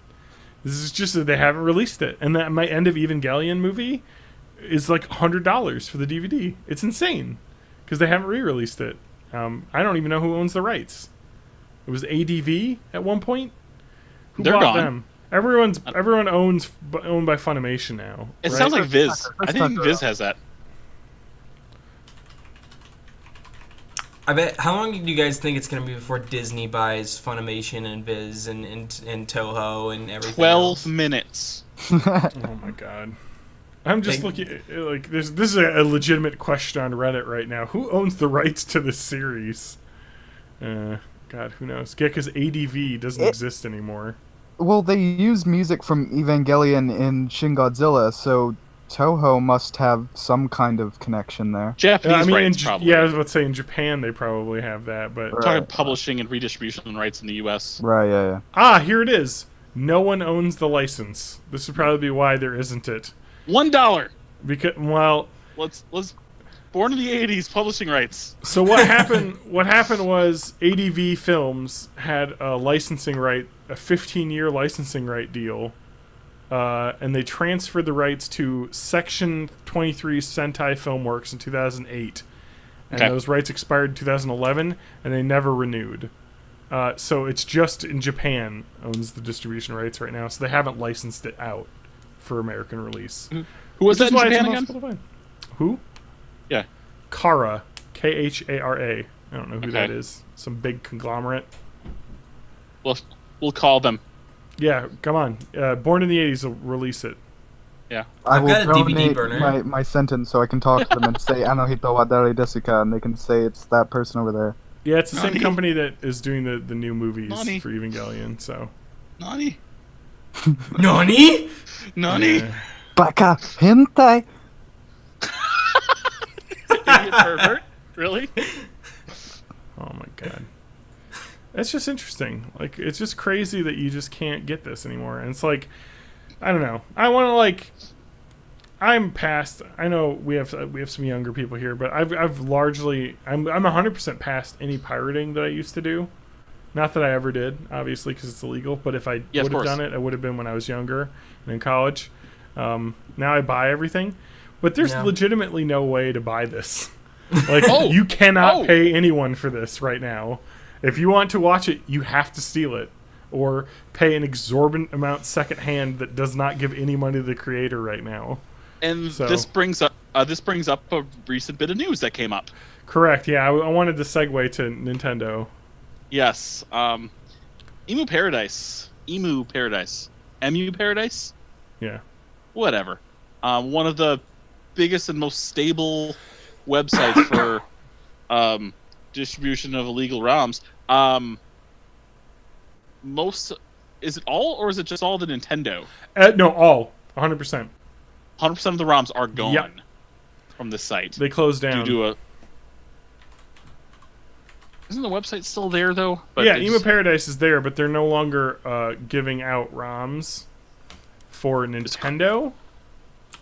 Is Cool ROM still around, just broken? Well, I'm looking at Emu Paradise, and it looks like they still have everything. So I'm gonna choose MAME and see if they have any old MAME ROMs. Let's see. Let's look up what's a good MAME ROM.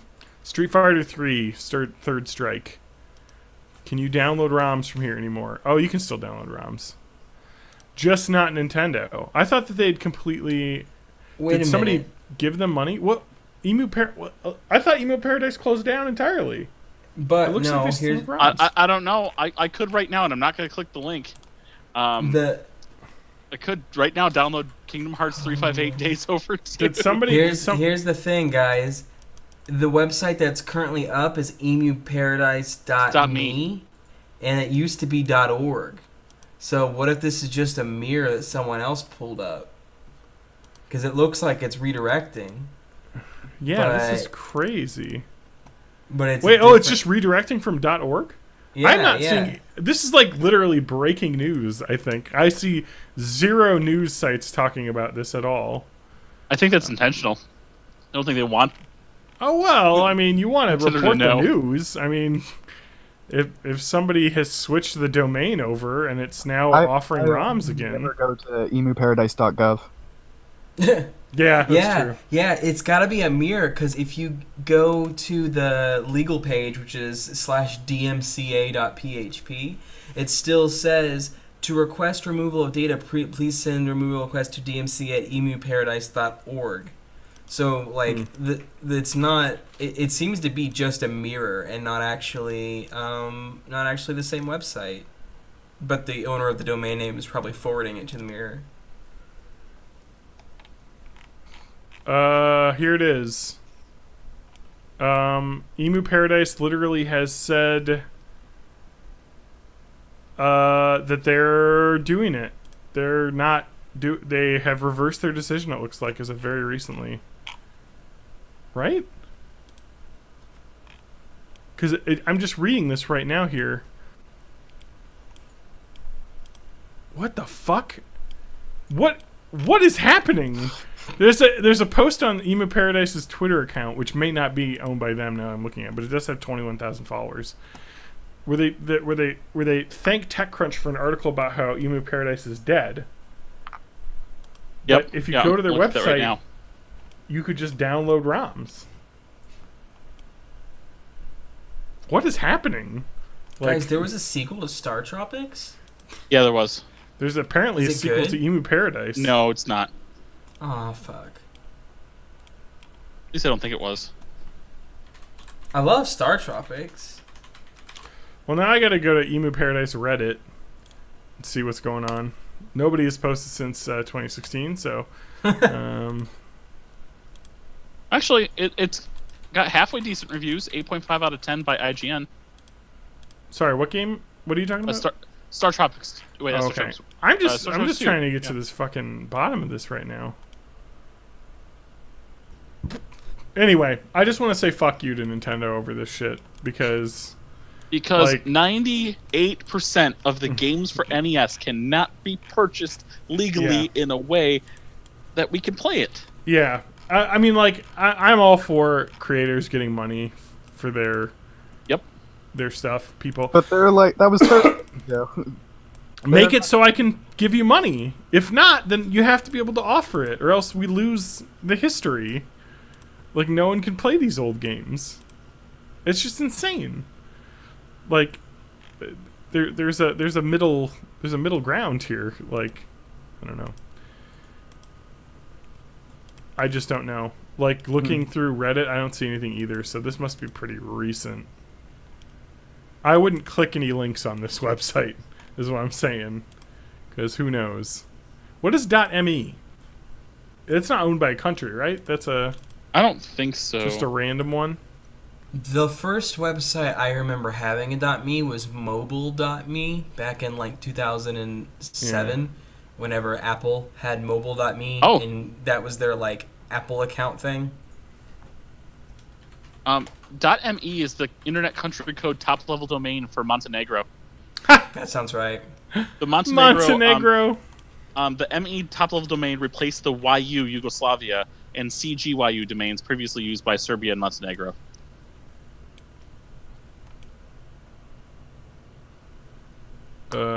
Yeah, I'm just kind of like looking. I'm just looking through Twitter and like seeing what's happening right now. Like, oh, it says there's dead links. So the Nintendo ones have dead links right now, TJ? Let's just. I'm sorry. I don't want to click it. Well, no, but I mean, I believe if I remember correctly, the dead links were like there just isn't a link. I can confirm that that's what happens, and it's totally not because I was trying to run Mario Sunshine at some point. Okay. That didn't happen. Does it just cancel your link, or does it actually work? It's like click here to go to your link, and you go down, and there's nothing there. Got it. So yeah, it says that it's unavailable. So they just removed all the games from it. Mm-hmm. Okay, I mean, so just on the front end looks like it's still there. God, that's so sad. The one I clicked on, Kingdom Hearts, did have a download link. If you but if you click the download link, it takes you to another page and it says it's unavailable. Oh, gotcha. Okay. Yep, that's exactly what I had too. Yep. It says it's I just downloadable. Didn't want to click it. And then you can't download it. Yeah, I clicked I'm sorry, I clicked a link to the Wheel of Fortune game for NES. I know that's a hot Nintendo-owned property. But yeah, they closed down everything entirely. I mean, I don't know. I mean, the ROMs are never going to go away. There'll be another site. You know what I mean? Like, there's ad revenue to be made. You put it into a country where they don't give a shit. And I think it's already in UAE. Yeah. Like, there's no way they can give a shit there. No. Well, and the point is that if they even wanted to get into it, they'd say, well, we won't put any Nintendo licensed ROMs on here. But, like, any third-party stuff, like, Nintendo can't give a shit about that. You know what I mean? Like, you know, they don't own the license rights to any of those things. Like, it's just insane. Like, it's one thing that, like, well, like one good example of this is I watched Mystery Science Theater 3000. I love that show. I've watched it always. It was impossible to find them outside of the tape trading circles for a while, but on archive.org, people got old VHSs that they had taped things off of, and they were able to piece together every episode. And so you had all of this, and you could download them, you could watch them. It was awesome, like watching these old ones. And then they finally started, you know, I think Shout Factory got the rights to it, and they actually started putting them out. And Archive.org was like, okay, now that you can buy this DVD, we're removing it, because there's no use for us to have this up anymore, because now you can legally get it anywhere. You know what I mean? And so that doesn't exist for games at all. Like, something that is old could be gone forever. And now I buy all of them and rip them onto my computer so that I can watch them anywhere in my house on any device I have. But I bought them because I can buy them now. And it's like, why games do you... fuck. It's a nightmare topic, and it's just the worst. Nintendo's been like this before, though. Like, the thing that came to mind was when the Game Awards show was going to have... They had, like, a best fan creations thing with Pokemon Uranium and another Metroid 2 remake. Nintendo, like, pressured them into taking those out of their awards because they're like, yeah, well, no, that's not okay with us. Which just kind of sucks. I forgot about Pokemon Uranium.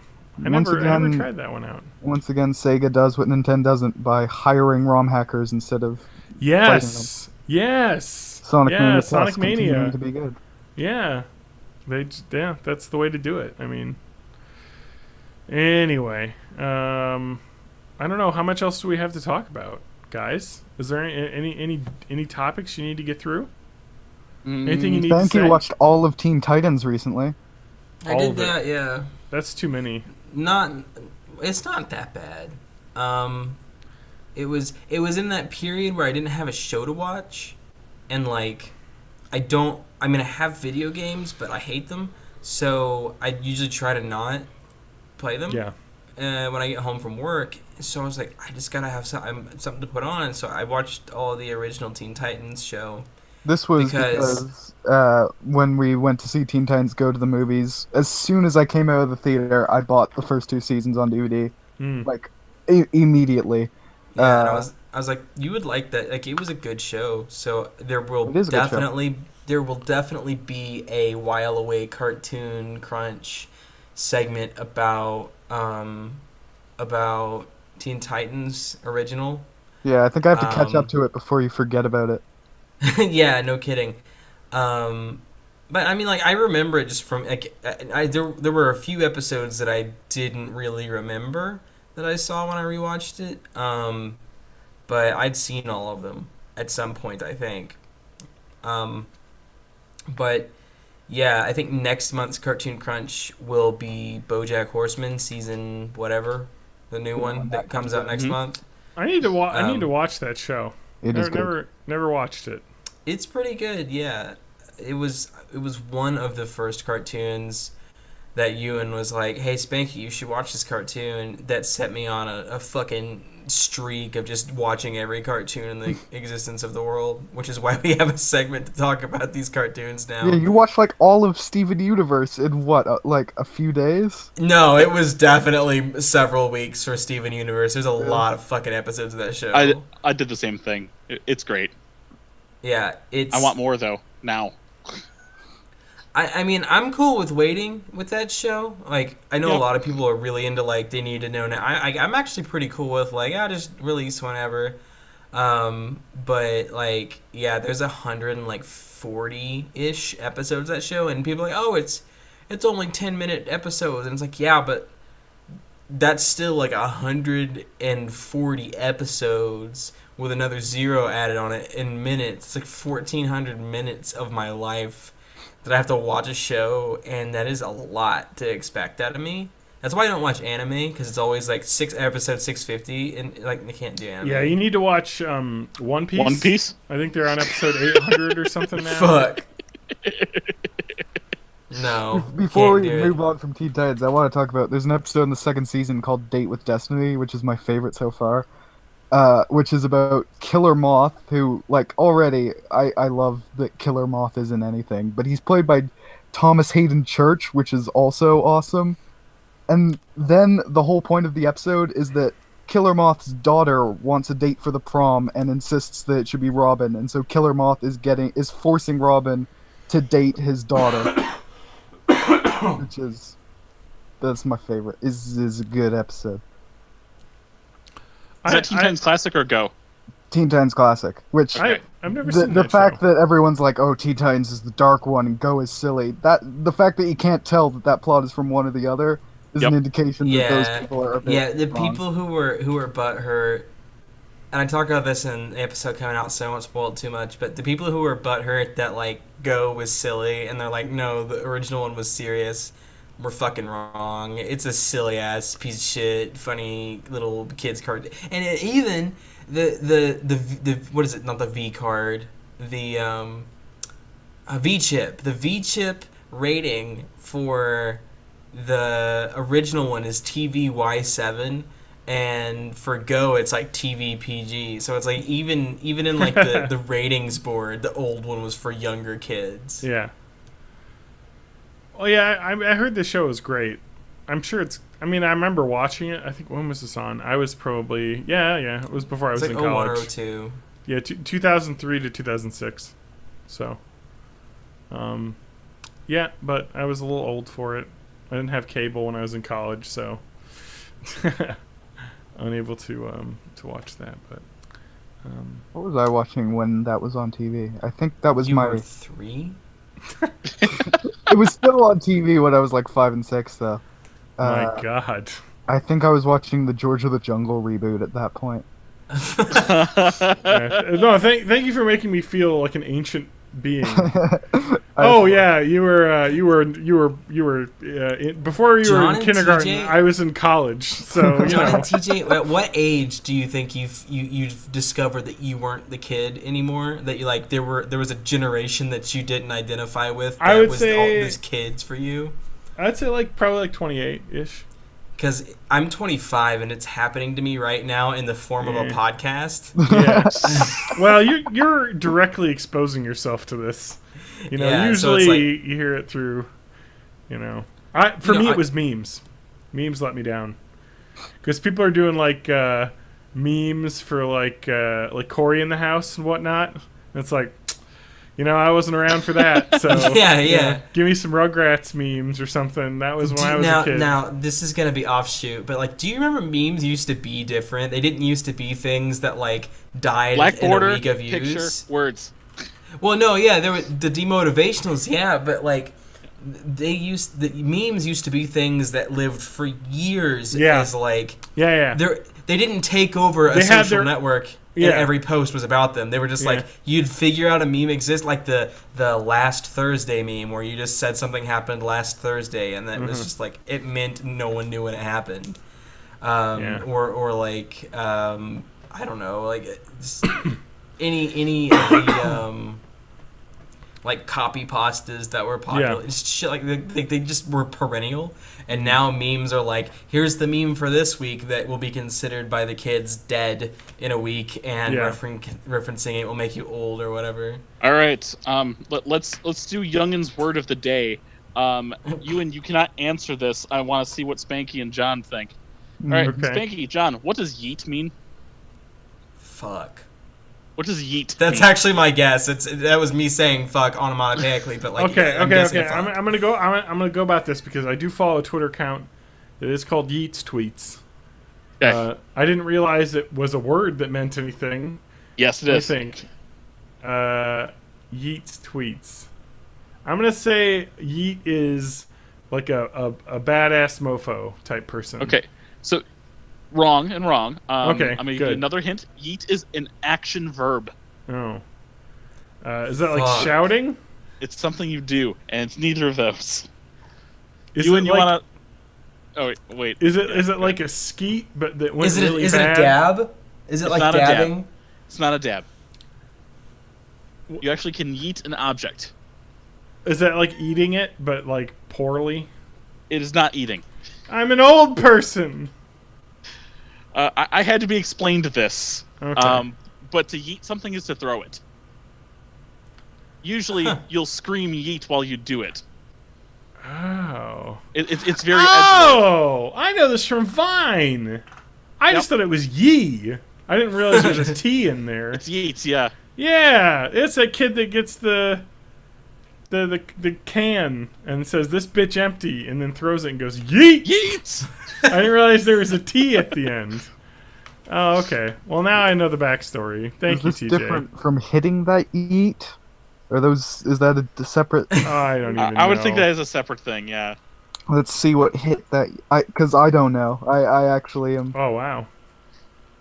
I am an old young person. I will say that the death of Vine is one of the saddest things. Like Vine was amazing. Like it was just the meme channel. What are you talking about? I still personally mourn things like Something Awful forums, YTMND, those are which still you got around. into. Yeah, but they're not the same. YTMND I miss. Yeah, it's not the same. It's bad. No, God. It's like Nazi alt-right troll shit. No! They ruined. Oh, I loved YTMND. Now it's all just it Nazi is shit. like 100% Nazi troll shit now. No. Yep. I was because I clicked on a YTMND just the other day, and I mean, you know, there's always been like, God damn it, the first one's just a fucking Seinfeld Jewish thing. What the fuck? Yeah, well, I mean, it's always had racist shit, like, you know. Yeah, but like, real quasi, like, you know what I mean? I mean, that is where "N-word stole my bike" came from. Yes, true. That's true. You're right. You know what? I'll say I was like 18 when I was viewing YTMND, so I didn't have probably a good idea of what was racist and what wasn't. True, probably looking back, isn't this good? I mean, I would have been like 13, 14, so even worse. But I loved YTMND. I used to make them. Are we going to talk about racist memes every time that we're on this podcast? Well, I mean, probably. That's most of memes. It was Uganda Knuckles last time. Yeah, but like Uganda Knuckles is like the best thing. See, that's what I'm saying. That's what I was referencing. It's like the Uganda Knuckles was the meme of like the century, but for that 5 seconds. Like, exactly. It was like 3 weeks. Like, now, if you reference that at all, it's like, why are you referencing that? That doesn't exist. But like memes from like the 2008 era to like the 2012-ish era, like when there's Twitter and shit, like whenever people still memed on like social media, not before that when it was much more like forums, something awful based, whatever. Like it was you could reference a meme that was like 3 or 4 years old and it was okay, and like I mean, there's still a few long-term memes. I mean, it depends on where you go. I'm a big fan of 3 a.m. chocolate pudding with Stu Pickles from Rugrats. What else? If you go back to, I know the Arthur's Fist meme is the big Arthur meme that everyone's getting into, besides very inappropriate things related to DW. But Arthur is where... do you think someone would go and do that? Just go on the internet and tell lies? Yeah, That's where that came from. Mm-hmm. There's the one where what's Arthur's little sister's name? DW. It's DW is the younger sister. Where DW is like in her normal clothes with the sunglasses, and then at the chain link fence, and it's like meant to be like when you're undercover, like whatever, like. Whenever I see my friends at Starbucks when they told me they were busy, and it's like that of like her in a really shitty disguise, like spying on them. That was popular for a second or two. Yeah, memes are so interesting now because they like have evolved. Memes are now just nonsense. Remember when Ouija was a meme? Ouija was my favorite meme in 2010. Ouija? That picture of Luigi from the PC version of Mario's Missing. Yeah. There was a whole. It was it was in a lot of YouTube poop, I think. Yeah. Oh, I remember Ouija. Ouija's weird. I get it. Yeah, YouTube. Oh, Candlejack. If you say Candlejack's nip. Okay. That was a forum meme. Yeah. You just say Candlejack in your forum post and then just stop mid sentence somewhere in it. And after 21 people did it, someone would just be like, "Then who hit enter?"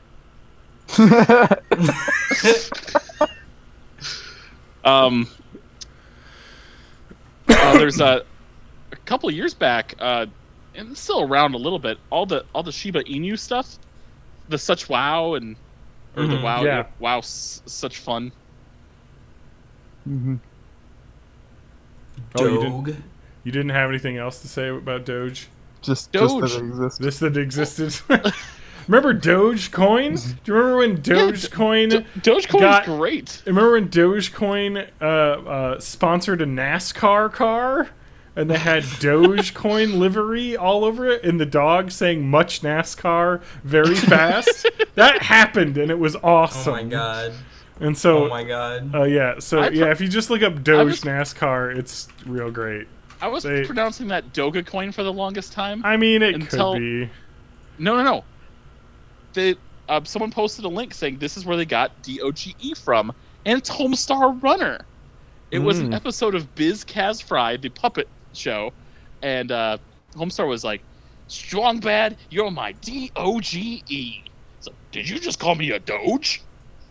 So yeah, it is Doge. You did a pretty good Strong Bad. Yeah, you get enough of that in you, you don't forget it. Oh right. I could never do Bubs? I could do I could do Homestar, I could do Hobstar, and I could do I used to could do Coach Z. Great job, dear Homestar. Oh God, we've devolved into Homestar accents. But I could never do Strong Bad. I never could do, it's not even a hard voice. I just could never get the. Yeah, I just could never get the like accent, like the diction in the voice right to do a good Strong Bad. This is good cake. King of Town is great. I mean, best voice in the show is obviously Pom Pom. Yeah. I don't have something to blow bubbles. Okay, we're done. We gotta end the episode, guys. What's going on? Wait, hang on. Matt's not here. Bedtime. What'd you say? Matt's not here. Well, he's never gonna join. Oh, thank you. You got it. You got the live version, huh? Well, I'm John_Danger on Twitter.com. Oh yeah. I'm at SpankyWorks at cyber.space on cyber.space. Yep. Find me at John_Danger.me. My Montenegro website is there. Well, actually, Spanky's is real because he's using Mastodon. Yeah, no. My only social media left that survived the purge actually is SpankyWorks at cyber.space, the URL of which is cyber, cybre.space / at SpankyWorks. I just decided fuck all the social medias except for Mastodon, and that's the only place you can find me on the internet now, because I decided that Twitter was not healthy, being that I only used it to yell at Senator Roy Blunt. It was just an outlet for anger, and I felt as if it was not necessary in my life. Oh, okay. BornInThe80s.net is our website. So you can find the episodes up on there. There's a Born in the 80s Twitter, all that stuff. Patreon, if you want to pay us money that I'll never take out of Patreon. Yep, never. It's fine. It's going to leave it in there. So if you want to listen a while away, my website is spanky.works. That's a good podcast. That's Born in the 80s approved. We're on iTunes, and also I'm at Brightside UN if you want to watch me talk without Spanky there. That's true. If you want him to talk, sometimes I'm there too. Yeah, sometimes I'm pretending to be a what the fuck was it that I did? I don't know. When I pretended to be a YouTuber who was sexually harassing people, and then yeah, Nick Robinson. When we were doing. Oh man! Don't. No. In your school video. Where I read Bill Clinton's apology on air. I wrapped you into way too many things involving sexual allegations, I guess. Yeah, no, that was when you were, I guess, just standing in for JonTron, basically, or Tobuscus. Yeah, it was something like that. Type in my short film that I made for college. I was generic YouTuber, famous person addressing sexual assault allegations. Yeah, fun fact about that. I don't think my voice appeared in it. No, because I wrote like a really terrible thing for him to say that I didn't want to make you read. But that character was named Speedy W because of a friend of mine reading Spanky's username SpankyWorks over my shoulder and thinking it was Speedy Wanks. So, fun fact there. Nice. Man, what happened with Nick Robinson, huh? Yeah.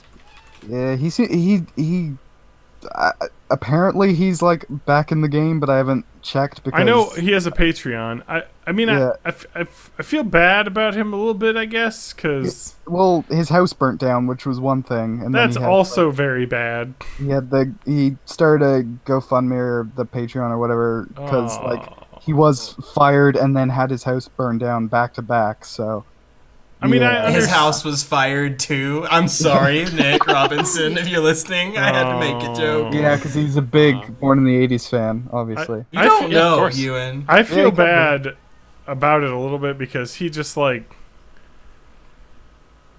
obviously he did some dumb shit, like using his official account to try and hit on people. Mm-hmm. Come on.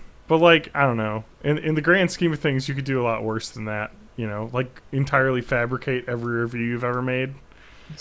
You know, and be on IGN. That was like right before most of the Me Too stuff blew up. Yeah. So like, it was the month that Harvey Weinstein got like shit canned. I mean, it was also the month that Charlottesville happened, and everyone's like, "Can we just like fucking kill anything that's being shitty right now, please?" Anyway, he had a pretty good. I don't know. I felt like his apology was pretty good, but whatever. I'm not. I don't know. I can't really. I wasn't harassed or bothered by him online, so I guess I don't really know what to say. But I'm May of May everywhere on the internet. Yeah, thanks. All right, yeah, get me out of that. Dig me out of that hole. Thank you very much. May of May 84 on Twitter. While you're on borninthE80s.net, go ahead and join our Discord server. There are a lot of people on there. Yeah, we put fun and junky stuff in there. And a Ouija meme. And if you want to go back just a little ways and re-listen to an older episode, go to listen to Born in the 80s episode 309, Too Many Turtles. Where we talk about how many ridiculous amounts of Turtles media there exists. That's true. There are like 7 different versions of the Teenage Mutant Ninja Turtles. Like I think we got series. Like 9. There are 7 different animated versions or something. I'm all about the old comics. That's right in front of me right now. See, and then that's a different. We didn't even get into that. We literally went into what were the TV and movie properties. There are like 7 different like style of turtle that were animated. Yeah, there's like 4 or 5 comics too. Ewan is a turtle fan, so hey, turtles are great. I was Midge, Dreamwave, IDW. When I was a child, that was the original TMNT on the cartoons that I was into. So. Think about that. Crossing generations, the Turtles have. Turtles Forever. That's a good movie that I recommend. Oh, okay. And that's it. We're going to be done. TJ, play us off. I'm not. Everyone's sleeping. Bye-bye, everybody. Oh, all right. Yeah. You don't have the recorder. Hey!